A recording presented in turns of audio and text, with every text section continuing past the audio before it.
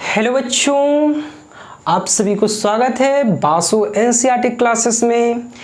तो आज हम लोग स्टार्ट करेंगे क्लास 9th का मैथ्स, जो चैप्टर नंबर 1 नंबर सिस्टम में हम लोग और प्रीवियस वीडियो बना चुके हैं जिस पे हम क्या क्या पढ़ चुके थे। रियल नंबर को दो भागों में बांटा गया था, रेशनल नंबर, इरेशनल नंबर। तो रेशनल नंबर के बारे में पढ़ चुके थे कि रेशनल नंबर क्या है, फ्रैक्शनल पार्ट और इंटीजर्स क्या है, होल नंबर क्या है, नेचुरल नंबर क्या है। और इरेशनल नंबर में भी हम क्या पढ़ते कि रेशनल नंबर किसे कहते हैं, उसको एक्सप्लेन किया गया था। इरेशनल नंबर क्या है, एग्जाम्पल उसके और कौन से रूप फॉर्म में लिखा जाता है, ये सब हम बता चुके थे। तो आज का वीडियो चलेगा जो इरेशनल नंबर को कैसे नंबर लाइन पे रिप्रेजेंट करते हैं, क्योंकि पहले बता चुके हैं कि रेशनल नंबर को नंबर लाइन पर कैसे रिप्रेजेंट किया जाता है, या दो रेशनल नंबर के बीच में एन रेशनल नंबर निकालना तो कैसे निकाला जाता है, ये सब बता चुके हैं। तो आज हम पढ़ेंगे कि इरेशनल नंबर को कैसे नंबर लाइन पर रिप्रेजेंट किया जाता है।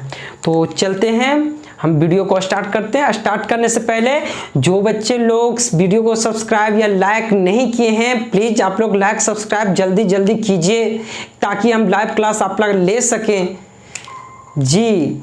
तो आज मैं इरेशनल नंबर को नंबर लाइन पर प्रेजेंट करके दिखाता हूं।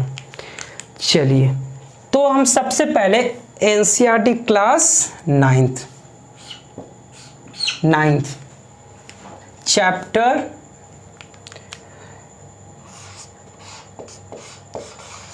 चैप्टर 1 मैथ्स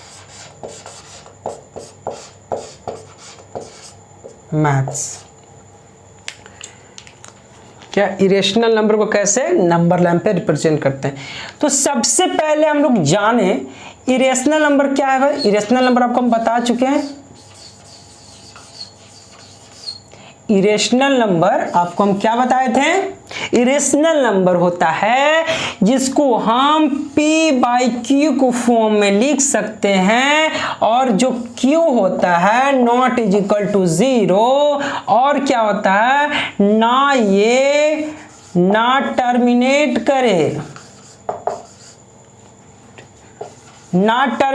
करे और ना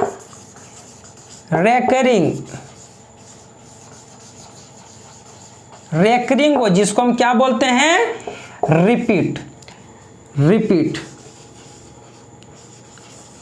ना रेकर हो ना रिपीट करे, उसी को हम क्या बोलते हैं, इरेशनल नंबर। ना वो टर्मिनेट करे और ना रेकर करे, उसी को इरेशनल नंबर कहते हैं। कब, जब p/q को फॉर्म में हो और q not is equal to 0, उसी को हम क्या बोलते हैं, इरेशनल नंबर।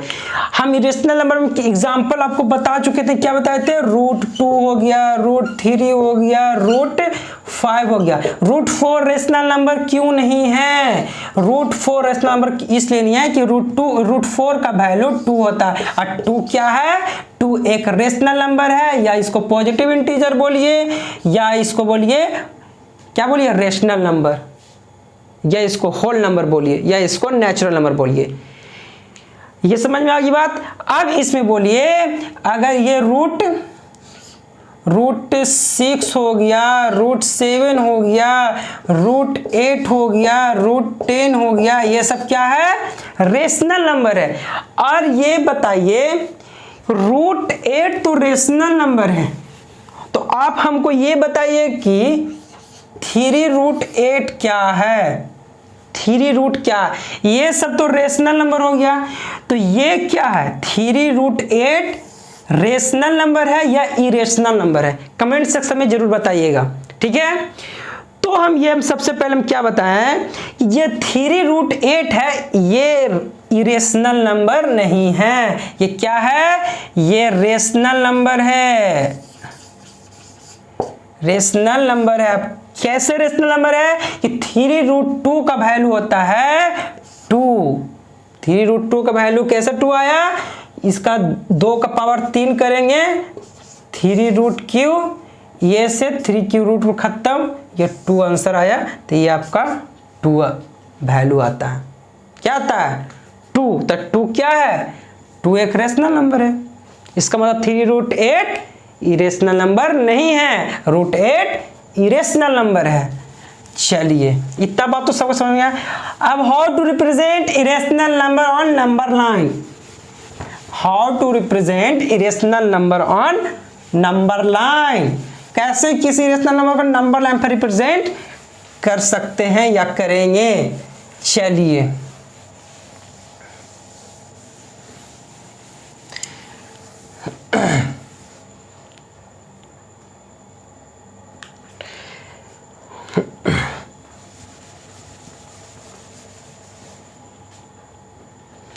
क्या है टॉपिक जी, हाउ टू रिप्रेजेंट, हाउ क्या लिखें direct, represent irrational number on number line.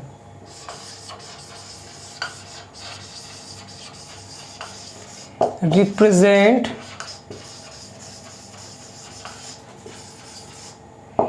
Irrational number on number line, number line. जैसे एग्जाम्पल एक लेते हैं, एग्जाम्पल आपका हो गया √2। √2 एक इरेशनल नंबर है ना जी, इरेशनल नंबर √2। अब इसको नंबर लाइन पे कैसे रिप्रेजेंट किया जाता है, तो सबसे पहले आइए एक नंबर लाइन को प्लॉट कीजिए। एक नंबर लाइन को प्लॉट करने के बाद इस पे शो कर दीजिए ये 0 ये 1, ठीक है। एक 1 यूनिट का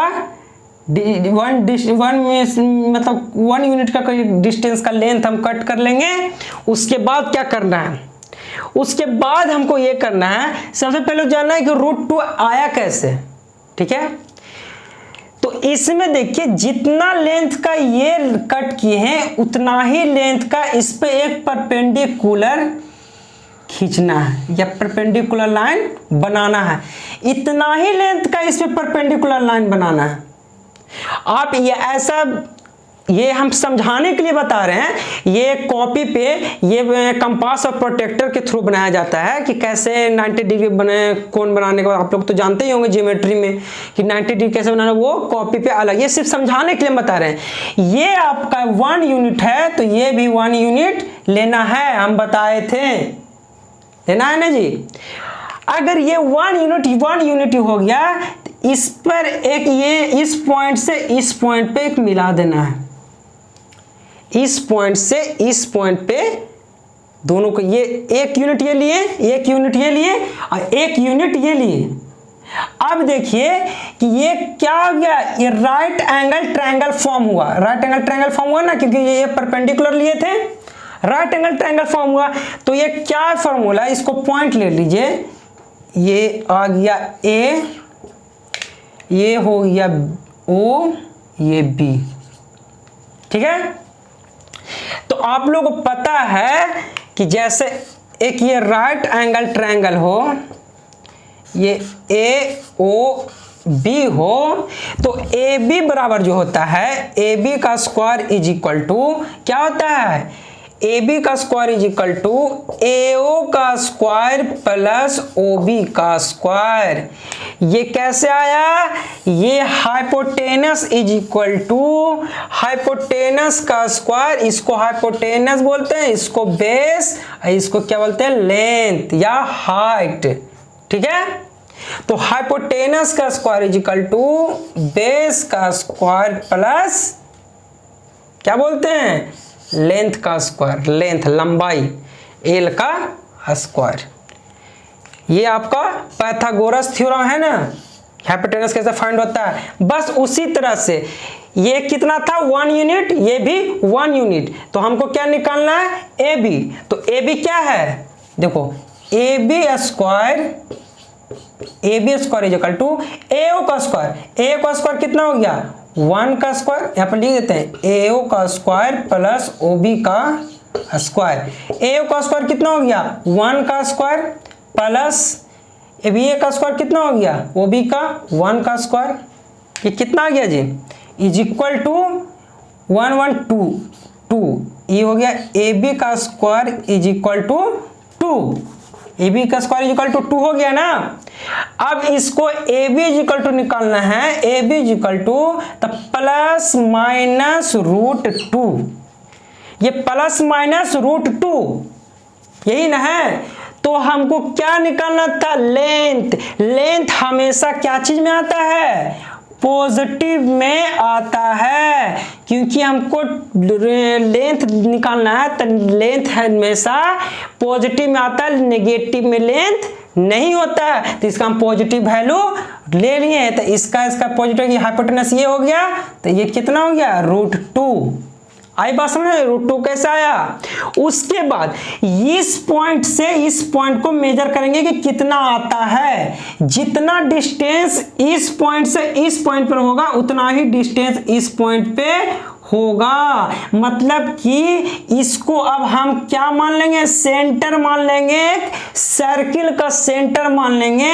ये एक रेडियस, रेडियस जहां भी ये सर्कमफ्रेंस बनाने में जहां जहां मैच करेगा इतना लेंथ का, वो सब रेडियस हो जाएगा। यही रेडियस रूट टू आपका आंसर है। मतलब कि यही जो रेडियस रूट टू आया, यही इसको नंबर लाइन पे देना है, स्ट्रेट लाइन पे। तो इसी के मेजर के बराबर यहाँ एक कट मार लीजिए और यहां से क्या कर लीजिए, ऐसे ड्रॉ कर लीजिए। यही आपका वैल्यू रूट टू आ गया। मतलब नंबर लाइन पर ये वैल्यू क्या आ गया, रूट टू का।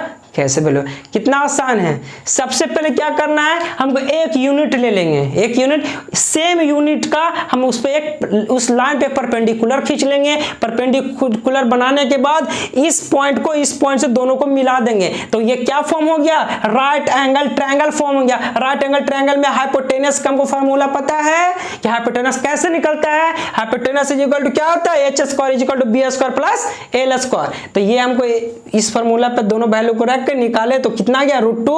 तो ये रूट टू ये आ गया। तो यही रूट टू के बराबर ना, ये तो सेंटर हो गया सर्किल का।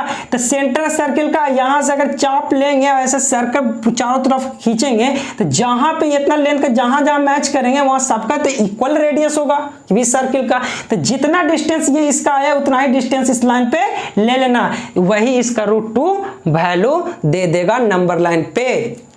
बात है समझ में।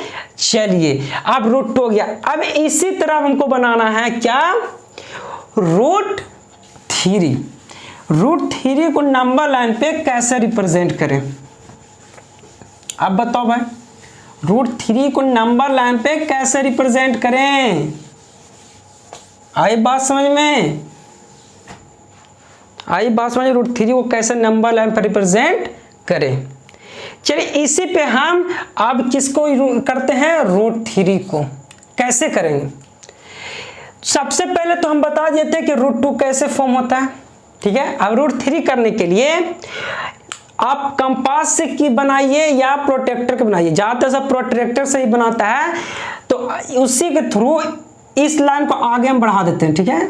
बी इसको साइड में लिखते हैं, इस लाइन को हम आगे बढ़ाएं, ठीक है। इसी पे इस लाइन से हम एक 90 डिग्री का इस लाइन पे परपेंडिकुलर, जो ये लाइन निकला है ऐसे, ये लाइन ऐसे जो निकला है ये लाइन, ठीक है। इसी पे हम 90 डिग्री का एक पॉइंट लेंगे, 90 डिग्री का। सपोज इसका 90 डिग्री यहां आ रहा हो, सपोज 90 डिग्री यहां हो रहा, क्या प्रोट्रैक्टर यहां पर ऐसे रख देंगे, उसे 90 डिग्री जहां पे आएगा मैच करेगा उसी को हम 90 डिग्री पॉइंटेड कर देंगे, ये 90 डिग्री, ठीक है। तो अब हमको क्या करना है, जितना ये हमको कितना आ गया, रूट टू है ना, रूट टू। अब हम देख रहे हैं एक 1 यूनिट का जो लिए थे लेंथ 1 यूनिट का, बस वही 1 यूनिट का इस पे भी एक पॉइंट, मतलब 1 यूनिट का लेंथ का इसको, तो 1 यूनिट सपोज यहाँ इसका यहाँ आया, यहाँ आया 1 यूनिट, 90 डिग्री तो यही पॉइंट था, इसके सामने 1 यूनिट ले लिया, मतलब यहाँ आया। ये 1 यूनिट है, ये 1 यूनिट डिस्टेंस है, ठीक है। 1 यूनिट डिस्टेंस हो गया।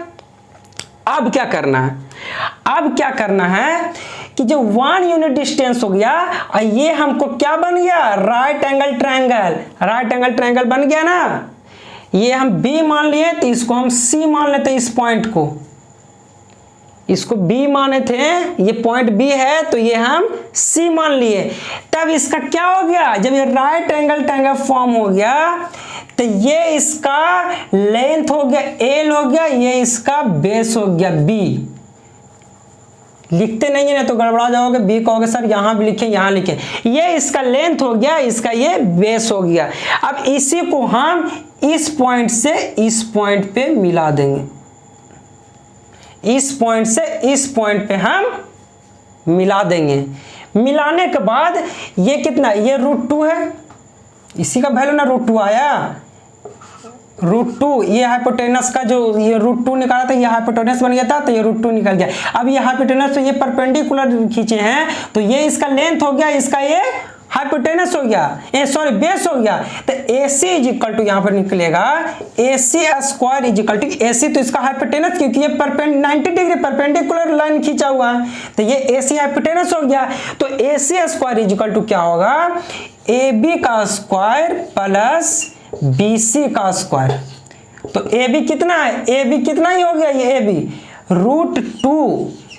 √2 का स्क्वायर प्लस BC कितना है, BC 1 यूनिट 1 का स्क्वायर, यही ना है AC² इजिकल टू।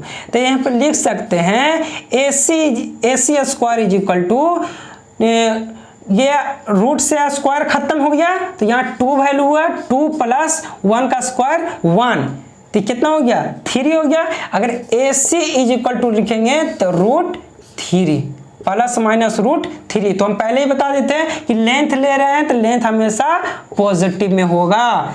तो समझ में आया कि AC √3 कैसे निकला, √3 कैसे आया। इसका मतलब कि जो ये हाइपोटेनस ये कितना है √3। अब क्या करना, हम सेम वही करना है, इसका जितना डिस्टेंस होगा इसी के बराबर ये इसका डिस्टेंस होगा, जितना डिस्टेंस ये होगा इसी के बराबर ये इतना डिस्टेंस होगा। तो इसी पॉइंट से इस डिस्टेंस को यहाँ आया तो यहाँ से x इस सेंटर पे रखना है कंपास को, और इस पॉइंट पे रखना है पेंसिल वाले जो पॉइंट को, और ऐसे यहाँ से एक चाप खींच लेना है। तो यही इसका जो रेडियस है, इसी का रेडियस यहाँ मिलेगा, यही आपका जो वैल्यू देगा यहाँ से जो यहाँ मैच करेगा, यही आपको √3 वैल्यू आ जाएगा।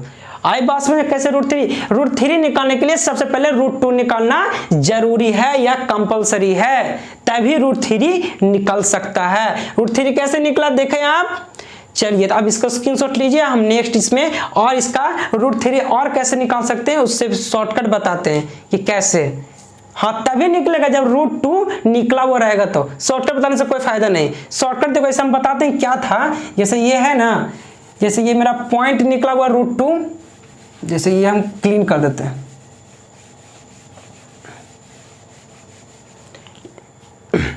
ये सेंटर माने थे, ये मेरा पॉइंट √2 निकल गया, √2 यही निकला हुआ था ना, अब हमको √3 निकालना था। तो बस जो √2 निकला हुआ था इस पे कितना 1 यूनिट का ये खींच लेते हैं, √2 का तो हमको निकला हुआ है तो हम 1 ही यूनिट का ना इस पे लेना था, 1 यूनिट का ये ले लिए। हमको √2 यहाँ से यहाँ तक कितना है, यहाँ से यहाँ तक का वैल्यू क्या है √2, ये √2 हो गया, ये 1 यूनिट। इस पॉइंट से इस पॉइंट पे हम मिला दिए, इस पॉइंट से इस पॉइंट पे मिला दिए। अब वही कंडीशन करना है, ये इसको मान लेते A, इसको मान लेते O, इसको मान लेते B, वही सेम निकलना है। पाइथागोरस ये आ जाएगा √3 सॉल्व करने के बाद। अब फिर यहाँ से जो जितना डिस्टेंस ये रहेगा उतना डिस्टेंस इसको ले लेंगे, जितना डिस्टेंस ये इसका डिस्टेंस इतना, फिर यहाँ से एक चाप ले लेंगे, √3 आ गया। मतलब √2 रहेगा निकला हुआ तभी हम √3 ऐसे निकाल सकते हैं, नहीं तो वो हमको दोनों प्रोसेस करना होगा, √2 को पहले निकालना होगा, उसी पे फिर √3 निकालना होगा। आगे बात समझ में। अब आइए कि आप बताइए कि √5 कैसे निकलेगा। ठीक है, √3 तो निकाल लिया, √5 कैसे निकलेगा। √5 निकालने के लिए कैसे करेंगे, √5 निकालने के लिए क्या करेंगे। अब √5 निकालने के लिए हम उतना लंबा करेंगे कि 2 मतलब पहले 2 का निकालेंगे, 3 का, फिर 4 का, फिर उसके बाद 5 का। जी नहीं, √5 निकालने के लिए सबसे आसान तरीका ऐसा नहीं है कि पहले √2 निकालो फिर √3 निकालो, √4 निकालो, √5 निकालो, ऐसा नहीं है। √5 कैसे निकलेगा? एक ये नंबर लाइन ले लिए, एक नंबर लाइन ले लिए, इस पे एक सेंटर दिए, सेंटर, ठीक है। अब क्या करना, ये एक यूनिट यहां कट किए, एक यूनिट यहां, ये 1 ये 2, तो 2 यूनिट कट किए। अब हमको सबसे पहले √5 कैसे आ रहा है? √4 को हम 2 लिखते हैं ना, तो √4 के जस्ट 1 जो आगे वाला आएगा वैल्यू, वही तो √5 का देगा ना हमको आंसर, या √5 का रिप्रेजेंटेशन देगा। जैसे √4 का निकला 2, तो इस पॉइंट पे, इस पॉइंट पे आया ना 2, तो ये 2 पे निकला, तो जो अगला जो निकलेगा √5, तो इसी पे ना हम एक यूनिट का एक लेंथ ले लेंगे, एक यूनिट का 1 यूनिट का ये लेंथ का एक ले लिए।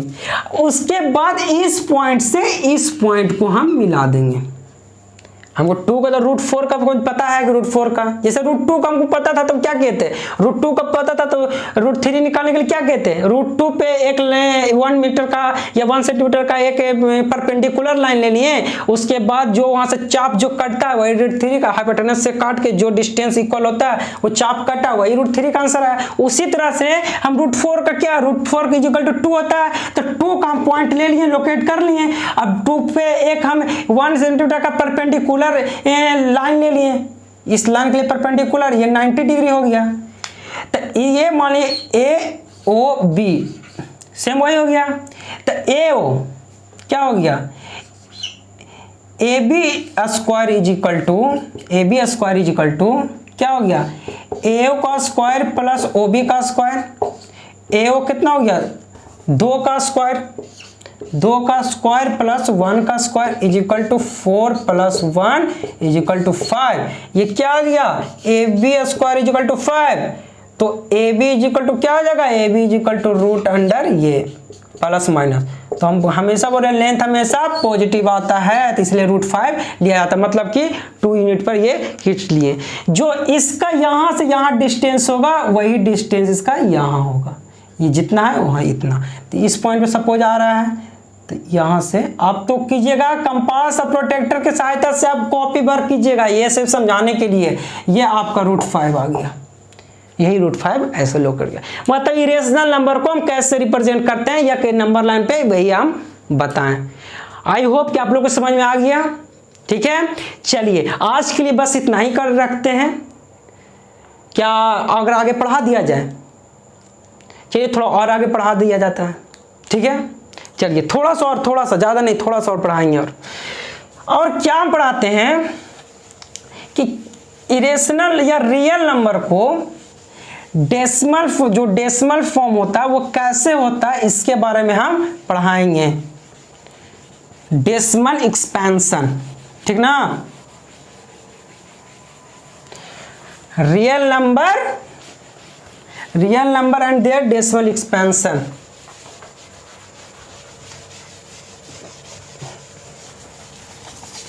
इतना तो समझ में आ गया होगा कि कैसे निकला, √2 कैसे लोकेट किया जाता है, √3 कैसे लोकेट किया जाता है, √4 कैसे लोकेट किया जाता है, √5 कैसे लोकेट किया जाता है। चलिए अब real number with their decimal expansion.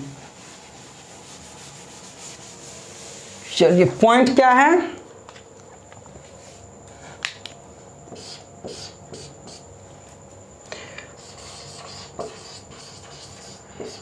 real number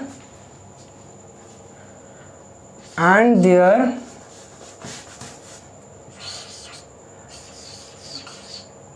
their decimal expansion.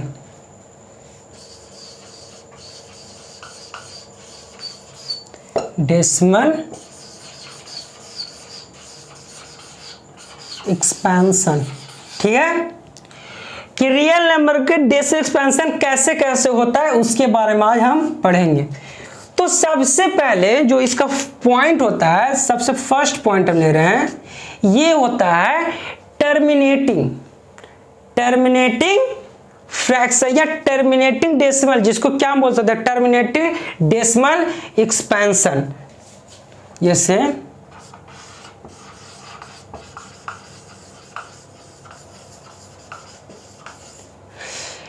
Terminating decimal expansion, ठीक है।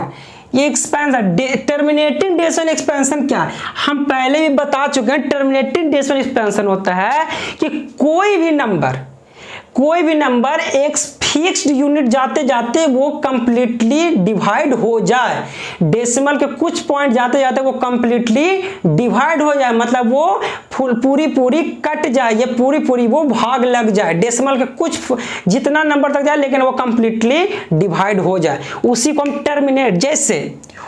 जैसे एग्जाम्पल मिलेंगे, एग्जाम्पल 1/5, 1/5 को क्या लिखते हैं, 0.2 टाइम्स में ये डिवाइड हो गया, टर्मिनेट हो गया। इसके अलावा कोई भाग लगेगा नहीं। मतलब यही ना हुआ कि अगर इसको हम भाग देंगे 5/1, इसको पहले पॉइंट देंगे 0, 2 × 10, मतलब कि जो रिमाइंडर हो, जो इसका शेष आए वो 0 हो जाए। 0 हो गया ना, कट गया, मतलब कि ये वैल्यू 0 रिमाइंडर 0 जब भाग देने पे रिमाइंडर 0 हो जाए तो वो टर्मिनेटिंग डेसिमल एक्सपेंशन कहलाता है, डेसिमल के कुछ पॉइंट तक जाते हुए, ठीक है। ये आपका टर्मिनेटिंग डेसिमल एक्सपेंशन हमेशा डेसिमल में ही आएगा, तभी हो सकता है। जैसे ये आ गया रिमाइंडर इसका 0, रिमाइंडर क्या हुआ, रिमाइंडर क्या हो गया, रिमाइंडर इज इक्वल टू 0, यही टर्मिनेटिंग डेसिमल एक्सपेंशन कहलाता है। अब इसका सेकंड हम देखेंगे, तो सेकंड क्या है, नॉन टर्मिनेटिंग। इसी को जो टर्मिनेटिंग डेसिमल एक्सपेंशन होता है ना, इसी को हम बोलते हैं क्या, रेशनल नंबर। इसी को हम बोलते हैं रेशनल नंबर।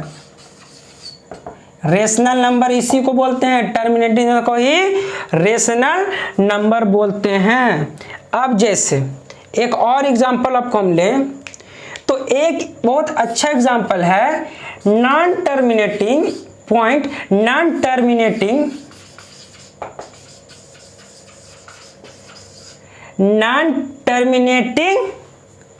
और recurring, RECURING, recurring decimal expansion, decimal expansion, ठीक है। समझिए डेसिमल एक्सपेंशन लिखे हैं। ये नॉन टर्मिनेटिंग रेकरिंग को ही हम क्या बोलते हैं, रिपीटिंग। इसी को हम बोलते हैं रिपीटिंग नंबर, मतलब ना वो कटे या ना पूरी वो भाग ना लगे, लेकिन सेम नंबर बार बार आए। जैसे सेम नंबर बार बार आने का मतलब क्या हुआ कि अगर कोई डेसिमल के बाद 2 आ रहा था, 2 2 2 2 2 ऐड टू इनफाइनाइट तक चला जाए, वो टर्मिनेट ना करे, वो कटे नहीं, वो चलता चला जाए, वो एंडिंग हो ही नहीं, लेकिन क्या हो, सेम नंबर रिपीट होता चले, उसी बोलते हैं नॉन टर्मिनेटिंग रेकरिंग, जिसको रिपीटिंग डेसिमल बोलते हैं। जैसे एक एग्जांपल ले रहे हैं, एग्जांपल आपको लीजिए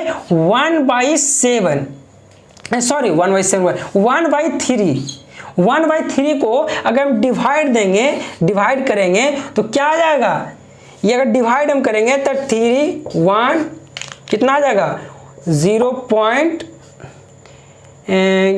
फिर 9 1 0 3 फिर 9 फिर 1 0 अप टू कहाँ तक चल जाएगा, ऐसे इन्फिनिट तक चला जाएगा, ऐसे ही चला जाएगा ना जी।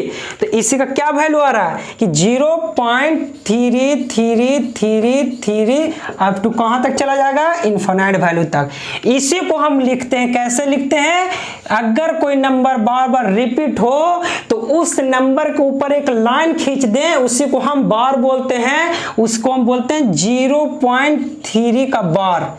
मतलब ये बार देने का मतलब हुआ कि ये नंबर बार बार रिपीट हो रहा, कहां तक, इनफाइनाइट वैल्यू तक, इसीलिए इसका वैल्यू होगा 0.3 का बार। ये टर्मिनेट नहीं कर रहा, कर तो नहीं रहा, फुली भागा नहीं लग रहा, लेकिन रेकर हो रहा है, रेकर हो रहा है। इसका मतलब ये भी क्या है, एक रेशनल नंबर हो गया। रेशनल नंबर में आपको हम बता चुके हैं, non terminating but recurring is called rational number. अब इसका थर्ड पॉइंट आते हैं, ये दो समझ में आ गया, इसका थर्ड पॉइंट आते हैं। थर्ड पॉइंट क्या बता रहा है, non terminating and non recurring. Non terminating and non recurring, उसको हम क्या बोलते हैं, उसको हम इरेशनल नंबर बोलते हैं। Non terminating and non recurring, non terminating and non recurring, non terminating and non recurring decimal expansion, decimal expansion. ये क्या बोल रहा है, non terminating non recurring decimal expansion. ये बोल रहा है कि ना वो पूरी कटे, ना वो पूरी कटे, और ना ही वो डेसिमल के बाद का डिजिट सेम आए, या डेसिमल के बाद वाला डिजिट सेम डिजिट बार बार रिपीट ना करे, तभी उसको हम बोलते हैं नॉन टर्मिनेटिंग और नॉन रेकरिंग। ना वो डेसिमल के बाद का नंबर सेम आए और ना ही वो रिपीट करे। जैसे आप एग्जांपल में आप देखें, एग्जांपल जैसे 1/7, इसको अगर हम डिवाइड करेंगे 7 1 0.107, कितना आ गया 3, फिर 0, 7 4 जा 28, 2 0 7 2 जा 14, 6 0 8 7 जा 56। कैसे आ रहा, कुछ भी आ रहा, 1428, मतलब कुछ भी नंबर आते जा रहा है। इसका वैल्यू क्या दे रहा है भाई, इसका वैल्यू जो दे रहा है 0.1428 अप टू कहां तक जा रहा है, इनफिनिट तक। हर समय डिफरेंट नंबर दे रहा है, टोटल प्लेस पे, हर एक प्लेस पे डिफरेंट नंबर दे रहा है। इसका मतलब कि ना वो कट रहा, क्यों नहीं कट रहा, कि इनफिनिट तक वैल्यू चला गया, ये अंत है ही नहीं, चलते जितना भागा देंगे उतना चलते जाएगा। ना वो टर्मिनेट कर रहा, ना वो रेकर कर रहा, ना वो सेम, रेकर को बताएं रिपीटेशन होता है, रिपीट होता है, ना वो रिपीट कर रहा, ना वो कट रहा। इसी को हम क्या बोलते हैं, non terminating and non recurring decimal expansion. यही डेसिमल एक्सपेंशन हुआ non terminating and non recurring का। इसी को हम बोलते हैं क्या, इरेशनल नंबर, इरेशनल नंबर। ना वो संख्या रिपीट करे ना टर्मिनेट करे, वही को हम इरेशनल नंबर कहते हैं। चलिए, तो आज के लिए बस इतना ही। आई होप कि आप लोगों को समझ में आ गया। और नेक्स्ट क्लास में हम क्या बचा हुआ है जी, नेक्स्ट क्लास में हम देखेंगे क्या है, एक सेकंड, नेक्स्ट क्लास में आपको 1.2 एक्सरसाइज को सोल्व करा देंगे और कुछ एग्जाम्पलर को सोल्व कराएंगे, और कैसे, हाँ, डेसिमल एक्सपेंशन से रिलेटेड कुछ क्वेश्चन को हम सोल्व कराएंगे और 1.2 एक्सरसाइज सोल्व कराएंगे। ठीक है, सबसे इंपॉर्टेंट 1.2 एक्सरसाइज को ही लेकर चलेंगे, उसके बाद इस पे रिलेटेड, डेसिमल एक्सपेंशन पे रिलेटेड कुछ हम एग्जाम्पलर ये करवा लेंगे। तो आज के लिए बस इतना ही। अगर वीडियो पसंद है तो लाइक शेयर सब्सक्राइब कीजिए यार। और अगर कोई भी प्रॉब्लम हो तो ये मेरा देखिए व्हाट्सअप नंबर है, इस व्हाट्सअप नंबर पे आप मैसेज कर सकते हैं, आपका टोटल डाउट को हम क्लियर करने की कोशिश करेंगे। आज के लिए बस इतना ही। जय हिंद।